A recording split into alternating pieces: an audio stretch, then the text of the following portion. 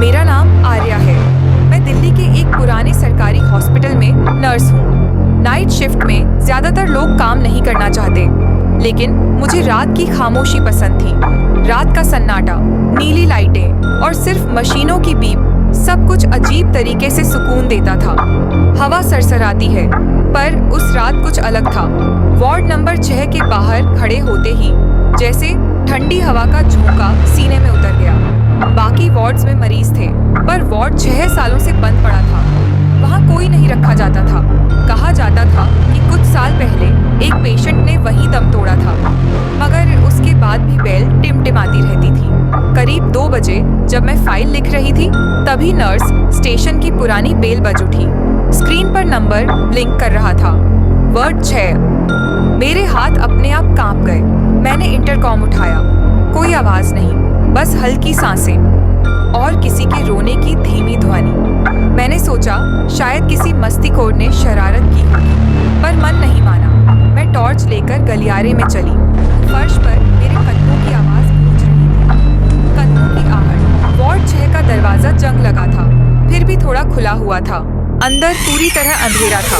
मैंने light on की, tube झिलमिलाई और एक अजीब सी बदबू आई, जैसे दवा और खून मिली हो। बेड नंबर 3 पर कुछ पड़ा था, किसी का सिलहूट। मैंने डरते डरते कदम बढ़ाया। हेलो, कोई जवाब नहीं। मैं पास गई तो देखा चादर खुद ब खुद हिली। मैंने धीरे से उठाई, नीचे कुछ नहीं था। तभी दूर घंटी की हल्की आवाज आई, जैसे किसी ने नर्स बेल दबाई हो। मैंने सिर उठाया, बेल जल रही थी।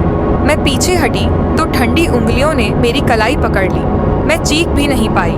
वो पकड़ इतनी बर्फ जैसी थी कि जैसे किसी मुर्दे का हाथ हो।